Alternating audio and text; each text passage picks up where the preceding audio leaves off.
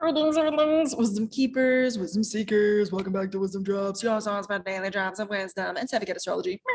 Make sure you like this content because that's what's up and it helps the channel grow. Subscribe if you're new here because don't be a fool. I put out wisdom drops on the daily. And with that said, today, kids, guess what we're going into? You already know, the Virgo New Moon of 2021.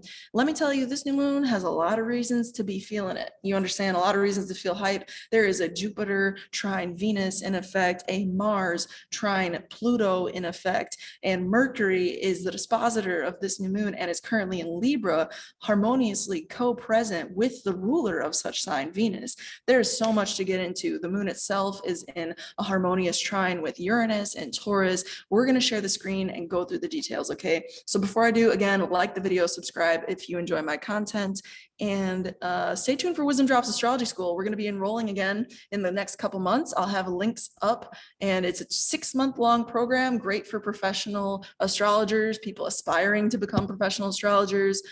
That's really who I'm interested in working with. Okay. So looking at the new moon, you have before you what I just said, a lot going on. And here you see Mercury, which we're going to just automatically jump into. The moon is over here in Virgo, but again, the ruler of Virgo is what? You already know, Mercury. Okay.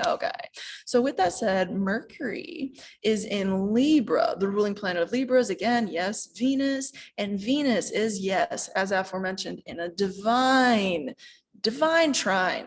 You know what I'm saying, to Jupiter. Why am I hyping that up? Because Venus and Jupiter, as you should know if you don't already, those are your benefics. Those are your sugar pie, honey bun. You know that I love you. That's that Jupiter Venus. And it's like the pleasure. It's like pleasure. It's cupcakes and roses and just objectively pleasant things. Those are your Venus and Jupiter energies. So you have before you a harmonious aspect, not a difficult aspect, a harmonious aspect between the two most harmonious planets of pleasure and love and bubble baths and chocolate and roses and whatever. And it's just like good on good on good. And what I like about this is that, again, we're reading Mercury and Venus so much now, just to rewind, because Mercury is the ruling planet of Virgo, which is, again, where the divine mother, the moon, and the divine father, the sun, are coming together in a conjunction for what is called a new moon. So to learn more about the nature of that, we read the planet that rules the sign that event is occurring in. In this case, it's Mercury, and again, co-present with the ruler of that sign, Venus. Recap over. Now, with that said, we also have going on, just to scooch along into this Virgo party, a little more specifically, Mars in opposition with Neptune. Bum, bum, bum. Tension at the fiesta. Yes, tension at the fiesta, kids, because Mars is the warrior and Neptune is the deceiver. Are you a warrior being deceived? Are you losing your mind? Do you feel as though your perceptions have been clouded by actions that need an upgrade? If that is yes to any of those questions, this is a fantastic time to penetrate through the cloud and get to the clarity of it all. Because Virgo is about details and analysis. If there's two things that rule Virgo energy, or that Virgo energy rules, I should say, it's just that: details and analysis. So it's a great time to just take some helpful action from a spiritual place. That's a great higher vibration redirect to a Neptune opposing Mars kind of energy. And I do want to just, also point out that Mars, at the same time that he is in this tense conversation with Neptune, the god of the seas, the god of energy, emotion, empathy, intuition, claircognizance, etc. Okay.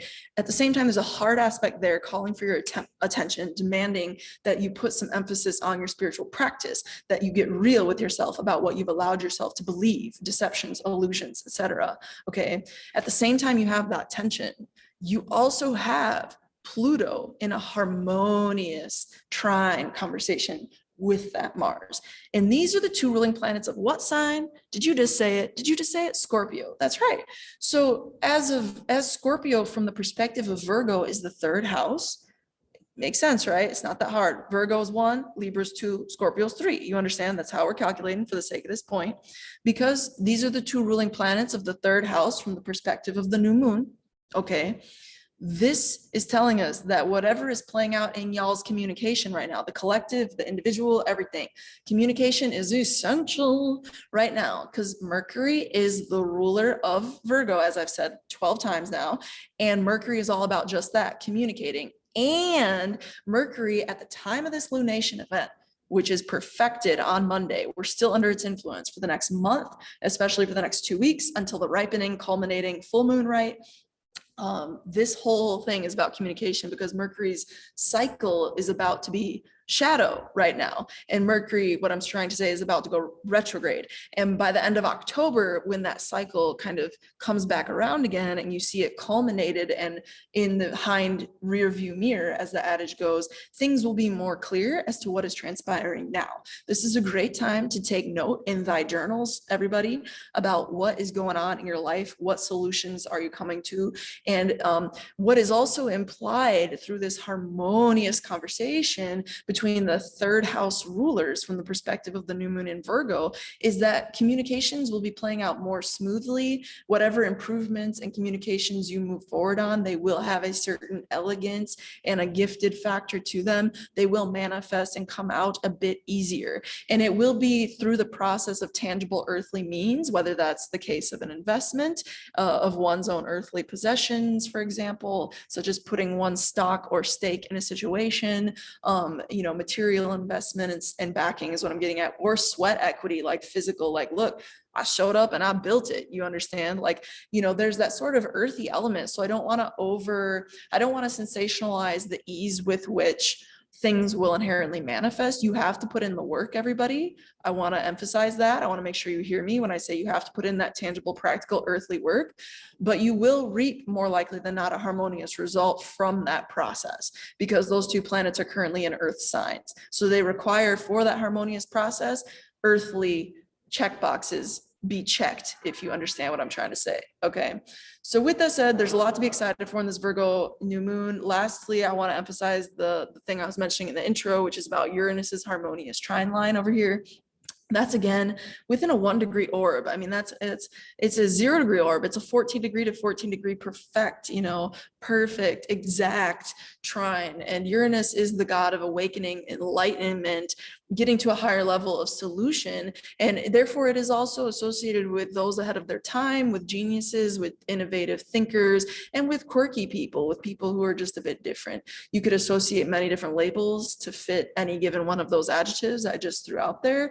But the idea of Uranus is that there is an innovator quality, there is an advanced quality, and there is a peculiarity or a peculiar quality to that essence. And it is intelligent as well. It's not deficit in intelligence, whatever Uranus represents. Now, with that said, the fact that there's a harmonious indicator to that planet, it implies that we will be receptive to those sorts of beings, concepts, engagements, experiences, solutions, just different quirky things. We'll be more open and receptive to them as long as they're like quirky things that have a function. And they don't necessarily have to, but I think more likely than not that will be the case because this is, let's be real, Uranus in what sign?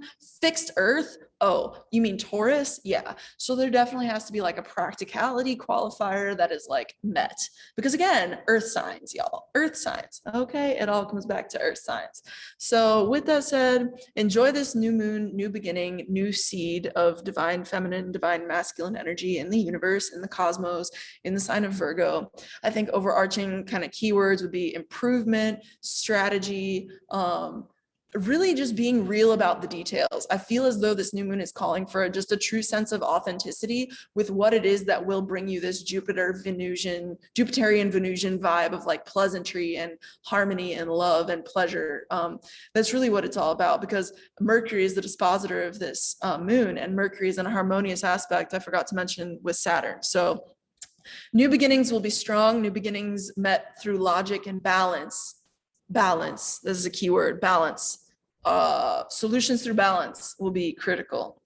Y'all, it's a powerful one. I'm blessed to be a deliverer of this knowledge. Thank you to those of you who support my channel. I really appreciate everybody who likes my content, everybody in the Wizdom Dropz community who subscribes and shares, and y'all who are here like literally every other video commenting like, I know y'all are always out there, the tribe, you know what I mean? I love y'all so much.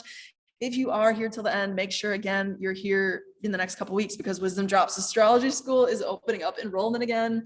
I'm so very excited for another cohort of my year 1 program. Year 2 is in the works, but year 1 teaches you how to be a professional astrologer. We go through the entire everything, the basics, the foundation of everything that you need to know as an astrologer.